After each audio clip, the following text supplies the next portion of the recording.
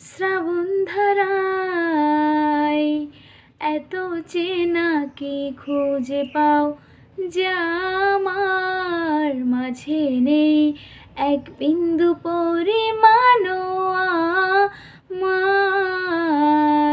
সরল রেখার চিন্তাধারায় আড়াআড়ি করে দাগ কাটো কেন, নাকি কাঁদিয়ে আমাকে সেই চোখের জলে ভেজো। তৃষ্ণার তোর হৃদয়ে শুধু আমি মরীচিকার মতো, তবে তাই যদি হয় করি না কো ভয়।